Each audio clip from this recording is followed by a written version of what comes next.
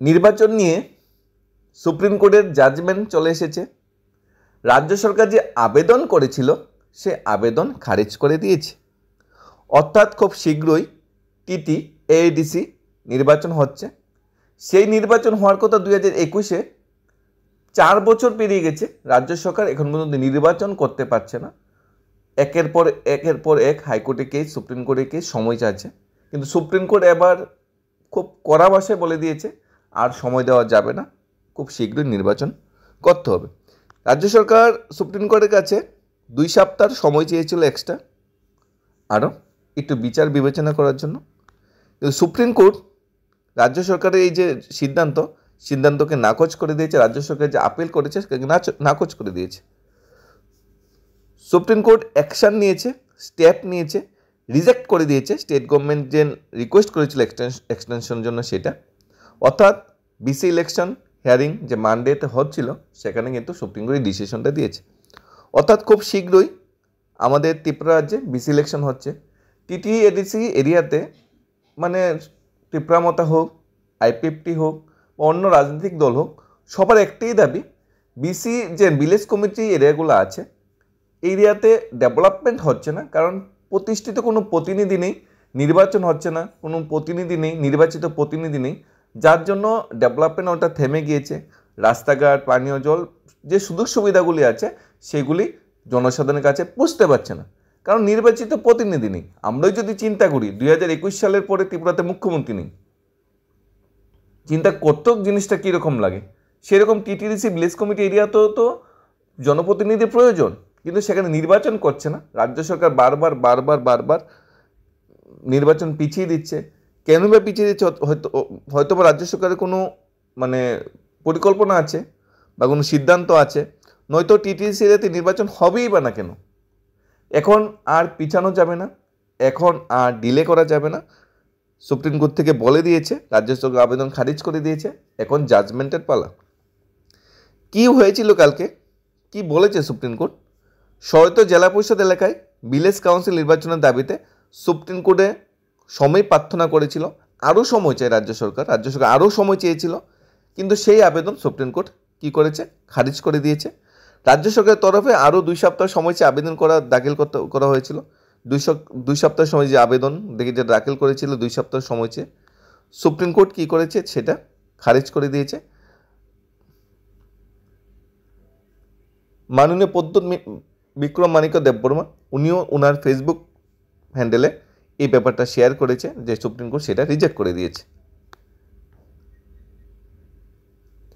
কিন্তু মামলার গুরুত্ব বিবেচনা করেছে সুপ্রিম কোর্ট। মামলার গুরুত্ব বিবেচনা করি এই আবেদনটা নাকচ করেছে, এই আবেদনটা ফিরিয়ে দিয়েছে। স্বশাসিত জেলা পরিষদে জনহিতের জন্য গুরুত্বপূর্ণ সিদ্ধান্ত, সেটা সামাজিক মাধ্যমে অভিমত ব্যক্ত করেছে ত্রিপুরা মতা দলের সুপ্রিমো প্রদ্যুৎ দেববর্মা। প্রসঙ্গ, 2021 সালে থেকে ভিলেজ কাউন্সিল নির্বাচন বন্ধ হয়ে রয়েছে। ভিলেজ কাউন্সিল নির্বাচন না হওয়ার জন্য জনজাতি অধ্যুষিত স্বশাসিত জেলা পরিষদ এলাকাগুলি উন্নয়নমূলক কাজকর্ম স্তব্ধ হয়ে রয়েছে। মানে ত্রিপুরা সরকার নির্বাচন জনপ্রতিনিধিদের চলছে, ত্রিপুরা যে ভিলেজগুলো আছে নির্বাচন জনপ্রতিনিধিদের চলছে। ত্রিপুরার যে কর্পোরেশনগুলো আছে, মিউনিসিপ্যাল কাউন্সিল আছে, নগর পঞ্চায়েত আছে, পঞ্চায়েত আছে, সেখানে নির্বাচন হয়েছে, জনপ্রতিনিধিদের চলছে। একমাত্র ভিলেজ কাউন্সিল যে টিটিডিসিতে ভিলেজ কাউন্সিল সেখানে নির্বাচন নেই, জনপ্রতিনিধি নেই। সেখানে কি ডেভেলপমেন্টটা কোথায় থেকে হবে? সেখানে যে জনসাধারণ তাদের সুখ দুঃখের সাথী হিসেবে কোন জনপ্রতিনিধির কাছে যাবে? আমরা ভিলেজের যদি সমস্যা হয়, ভিলেজ প্রধান আছে, মেম্বার আছে, যদি আমরা টিটিডিসির যে সরস্বতী জেলা পরিষদের যদি আমরা ভিলেজ কাউন্সিলর, সেখানে কার কাছে যাবে? আমরা যদি আমাদের এমএলএ এতে সমস্যা হয় এমএলএর কাছে যাব, নগর পঞ্চায়েতের সমস্যা হলে নগর পঞ্চায়েত প্রতিনিধির কাছে যাব, সেটাই স্বাভাবিক। সেখানে তো ডেভেলপমেন্ট সেভাবে হচ্ছে না। দফায় দফায় ভিলেজ কাউন্সিল নির্বাচনের দাবি জানিয়েও ব্যর্থ হয়ে শেষ পর্যন্ত আগস্ট মাসে সুপ্রিম কোর্টে মামলা করেছে। মামলা পরিপ্রেক্ষিতে দেশের সর্বোচ্চ আদালত দেশের ইলেকশন কমিশনকে নোটিশ দিয়ে জবাব তলব করেছে। এই নোটিশের জবাব দাখিলের পর সুপ্রিম কোর্ট সময় চাইলে আজ তা বাতিল করে দিয়েছে। ত্রিপুরা মতো এলজিবি সেলের তরফে অ্যান্টনি দেববর্মা এই কথাটা জানিয়েছে।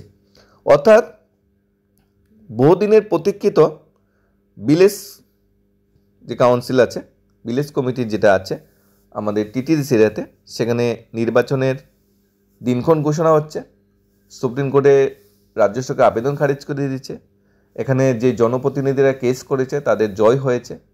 সুপ্রিম কোর্টে জনপ্রতিনিধিরা এইভাবেই গিয়ে কেস করেনি, অনেকবার রাজ্য সরকারের সাথে কথা হয়েছে। রাজ্য সরকার বিসি ইলেকশন করতে অনীহা প্রকাশ করেছে, সময় চাইছে, যখন না পেরে সুপ্রিম কোর্টের দ্বারস্থ হয়েছে জনপ্রতিনিধিরা, এবং জনপ্রতিনিধিদের যে সুপ্রিম কোর্টের দ্বারস্থ হয়েছে সুপ্রিম কোর্ট সেটাকে পজিটিভ ওয়েতে নিয়েছে। কারণ নির্বাচন 5 বছর পর পর হতেই হবে, সেইটাই নিয়ম।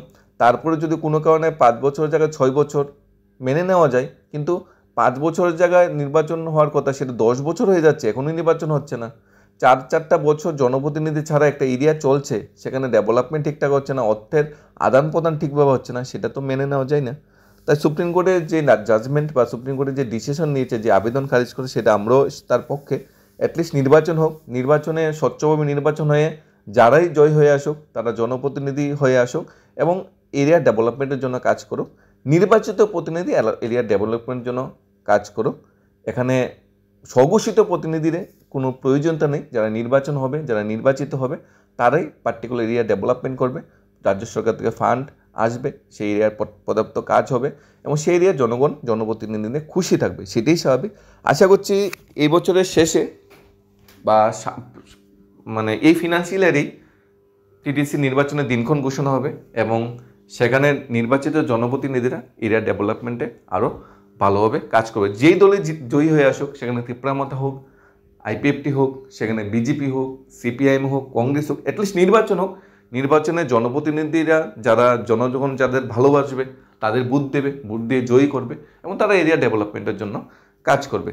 তাই ধন্যবাদ জানাই যে জনপ্রতিনিধিরা হাইকোর্টে সুপ্রিম কোর্টে কেস করেছে এবং রাজ্য সরকারের ডেভেলপমেন্টের জন্য, ওই এরিয়া ডেভেলপমেন্টের জন্য মানে একসাথে কাজ করেছে এবং সুপ্রিম কোর্টের যে জয়টা সেটা ছিনিয়ে এনেছে। ধন্যবাদ studies of Tripura YouTube channel.